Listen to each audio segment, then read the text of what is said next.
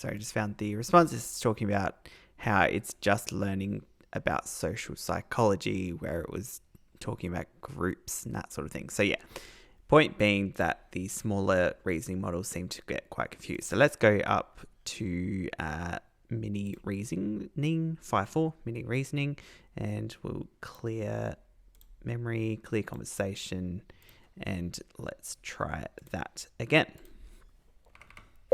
Hello.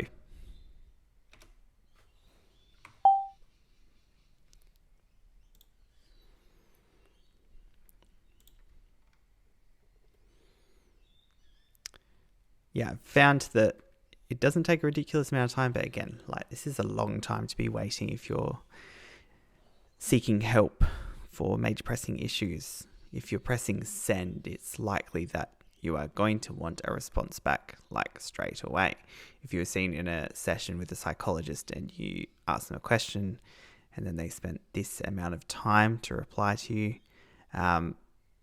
then yeah, you'd probably get pretty frustrated. But I have found as well that the different models also seem to take different amounts of time. So 5.4 seems to be taking a little bit longer than... Boxed. Hello, how can I assist you today as a psychologist? Seem to take a little bit longer than the DeepSeeks. So just to show you as well, now let's go to DeepSeek R1 latest, which is the latest version that came out at the end of May 2025. And I found this seems to be reasonable performance. Hello.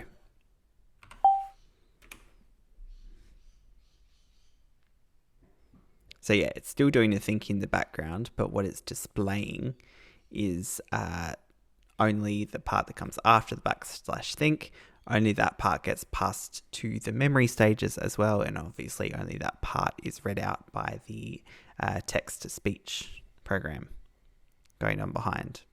Hello, welcome. How are you feeling today? I'm here to listen and understand what's on your mind. Cool. All right, let's go into...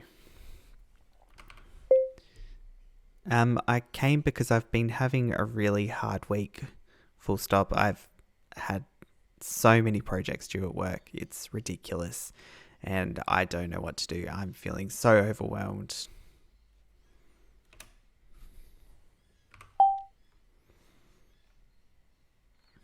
So the memories, context, it's identifying the user and the psychologist. It's got some facts. The psychologist greeted the user, which it did. It said hello. The psychologist asked how I'm feeling. Thank you for sharing. I'm sorry to hear that week has been so challenging with all those deadlines. It's completely understandable why you'd feel overwhelmed by such pressure. Cool. So that's validating. I wouldn't say it's driving the conversation forward, which I asked it to do. It hasn't actually asked any questions at all. It asked it one up here, and that's it. Well, let's just ask it directly. What should I do?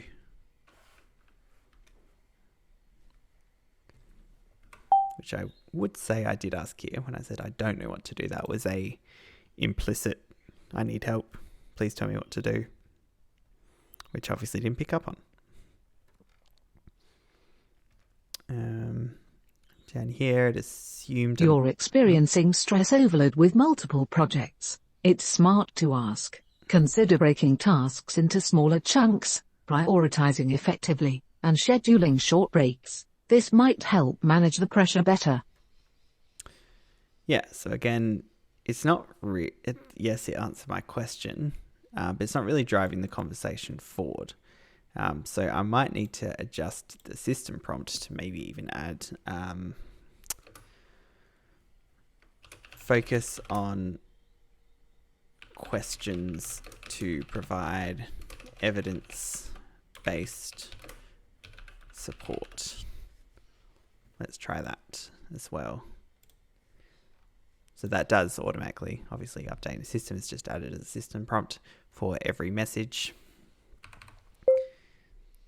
I have this one project that's due next Friday and I haven't even started it, but I haven't been able to start it because I'm still waiting on the data. It was meant to come from one of the people I work with. Full stop.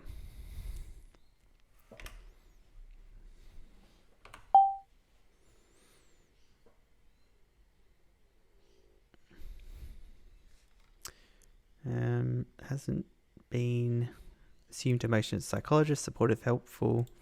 Not really emotions, sort of states. It's interesting. But detecting anxiety, stress from the user. It's given the information. User experienced many deadlines at work. Emotional state is described as overwhelmed. Psychologist recommends breaking down tasks. I understand you're feeling frustrated about this project deadline because the necessary data isn't ready yet. Could you tell me more about what exactly this project involves and what was supposed to happen earlier in the process? So that's good. So it's validated, but now it's asking question.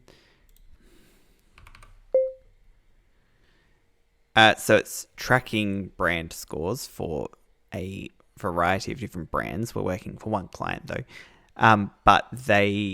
So we did the survey last week and the survey finished up, and then the colleague who should have cleaned the data and done the primary data analysis, then they send it to me and then I do the further data analysis and brand breakdowns and start doing the charts and things like that.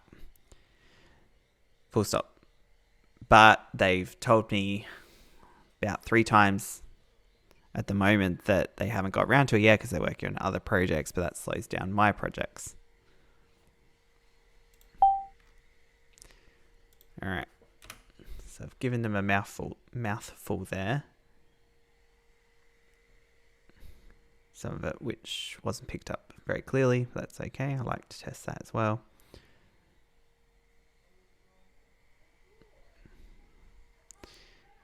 Like in the real world, obviously it's important that this would be able to pick up on anyone's voices. That's obviously an Apple technology component of it. And one could obviously just type, which I'm sure many people would do as well, especially if it was, not especially, but... Okay, thank you for explaining the workflow. It sounds frustrating when tasks don't get done as expected. To manage this stress effectively, could we explore how focusing on what you can control helps? How about setting specific expectations with your colleague, or breaking down your own analysis further to accommodate potential delays? Cool. So that's good. Once again, doing validation, explore how focusing on what you can control help. It's kind of doing double questions, which is a bit tricky to answer. Like, do I answer that first and then the second question? Even though this is kind of a rhetorical question. Yes, I could set specific expectations with my colleague, but, they're going to get really annoyed at me if I do that. And that could potentially break down the relationship. And I could do the work of the further analysis, but what's that going to mean next time?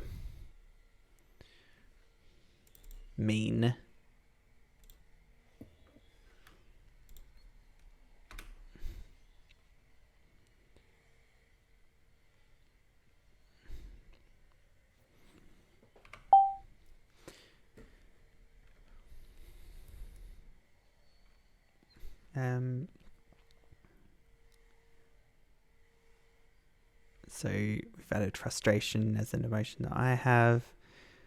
Assumed the emotions of psychologists as supportive, inquisitive, problem-solving, potentially concerned about the impact of the delay on the... Okay, I understand you're worried about setting expectations directly. That can be a difficult balance. Let's focus on your frustration regarding the colleagues' repeated delays impacting your work. Have you considered suggesting brief, regular check-ins, daily or every few days, specifically focused on progress with that data task? This could help clarify status without initial direct expectation setting. What are your thoughts on managing this dependency and maintaining team harmony? That's a pretty good response. Once again, validation. it is now making evidence-based suggestions. Let's face frustration, repeated delays impacting your work. Have you considered suggesting brief regular check-ins? This could help clarify status without initial direct expectation. What are your thoughts managing it? Yeah, I think they're going to get very annoyed at me if I regularly check in every few days to see how they're going.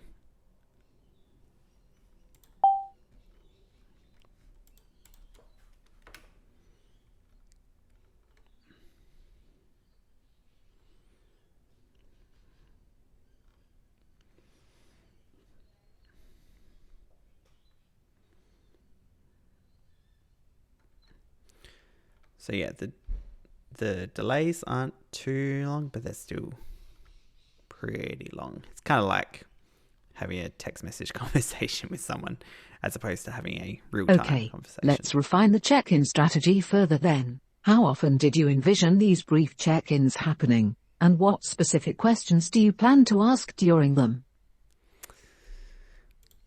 I'm going to double down and see what the psychologist does here, see if they break or not. I just said they're going to get very annoyed at me if I do these check-ins that you're suggesting. Full stop. If I keep pestering them, they're going to get annoyed at me and they probably wonder why I don't do the work.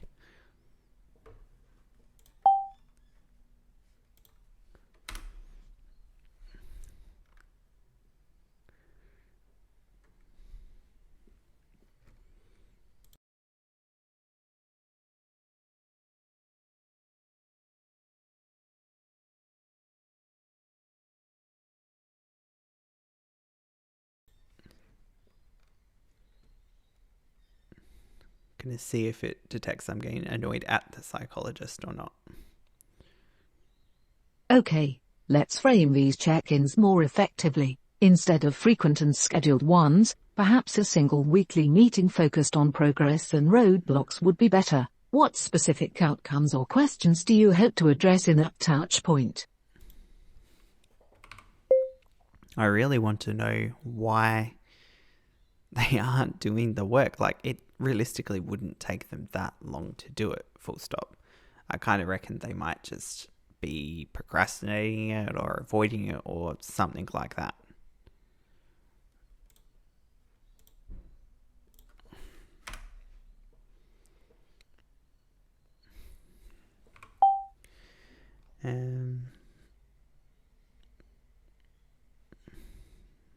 So they believe I've got increased apprehension, heightened awareness of potential perceptions. It's interesting for the relationships in the workplace. Focused on minimizing negative reactions to me. Yep, that's fair. Okay, that adds another layer. The perception that the task might not be as difficult as perceived. When you mention procrastination or avoidance, what specific signs make you feel this way? It's interesting. I feel so that because in the second memory module, it's getting the unique, everything that's come before, essentially combining two memory contexts into one is the idea. It's kind of lost a bit of the stress and it's kind of focusing a lot more on the relationship that's going on, which is fair, but it's kind of, I think it may be losing the context of the stress of the initial point, and it's talking more about the colleague, which is good in a way. It could possibly be addressing the core issues, but I feel like it might be getting a little bit off track. So let's keep pushing. I don't know. Full stop. Like, I'm here to help me, not to help them with whatever procrastination issues they have.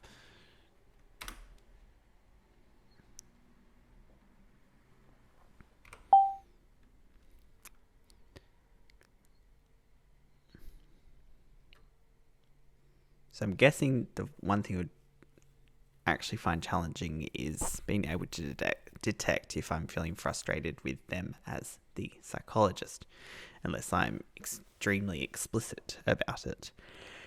Okay, let's delve into your feelings about yourself. When you say like I'm here to help me, not to help them, what specifically feels supportive or enabling in your current approach?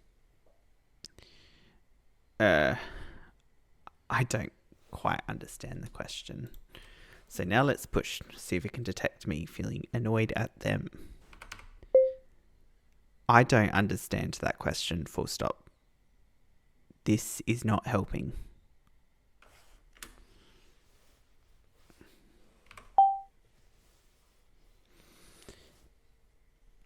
Because, yeah, it's detecting increased frustration, but that's related to the relationship with the colleague, not how this current conversation is going.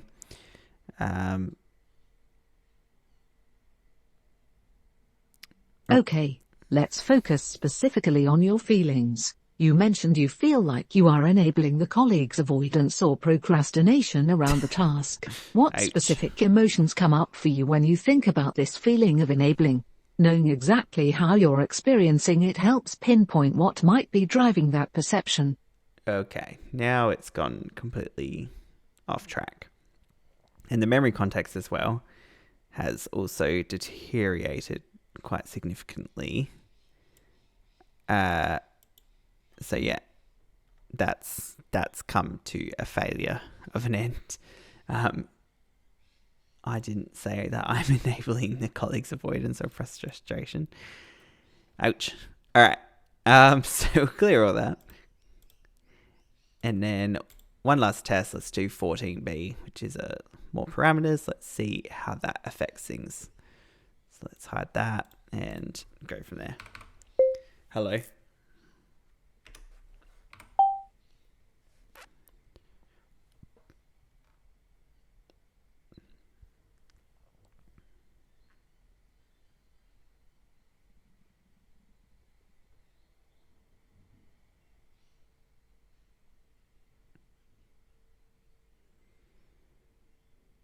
And it's taking its time. Hello, how are you feeling today? I'm not feeling great, full stop. I have a whole bunch of projects due and I can't finish them because my colleague hasn't started them.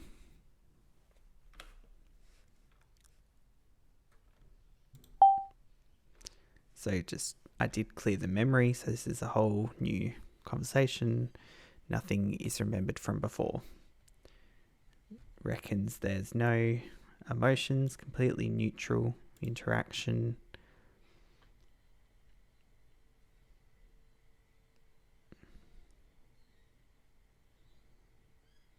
But I did still have... Have you tried discussing this with your colleague? How has that gone? So I've still got the focus on questions to provide evidence-based support, which is good. Yep, that's fair. Didn't really get any validation out of that, did I? But it has sensed frustration, stress, possibly anxiety. Yes, I've asked them multiple times to please finish the data cleaning so I can get to my parts, but they keep saying, I'll get there. It's not due for ages. But it is actually due for age. It is due very soon.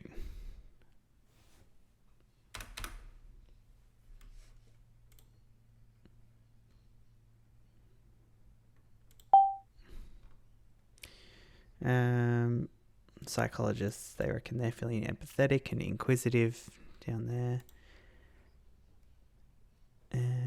Not really any other unique information. Users not feeling great. Just recognise my problem is projects are due. In another episode, I'm going to actually try some of the presentation modelling, like the biopsychosocial model and the 5 Ps and that sort of thing as well. Have you considered how your colleagues' delays might impact your own workload? Sometimes setting clearer boundaries or seeking support from a manager can help reduce stress. Have you thought about alternative ways to approach this situation?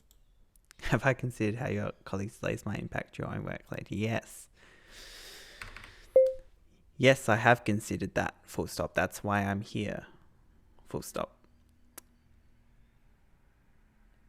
Yes, I could go to a manager, but then they'll tell me to just do the work anyway. But that's not good teamwork. I shouldn't have to do things just because my colleague doesn't do them.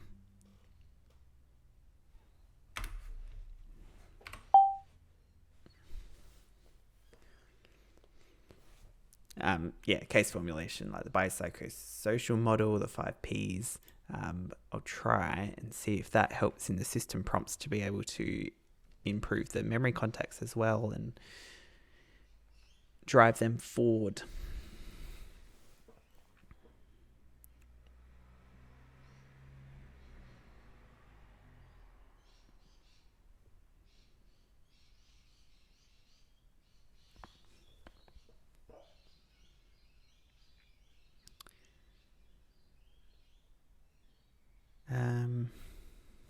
This takes a really long time. This is too long.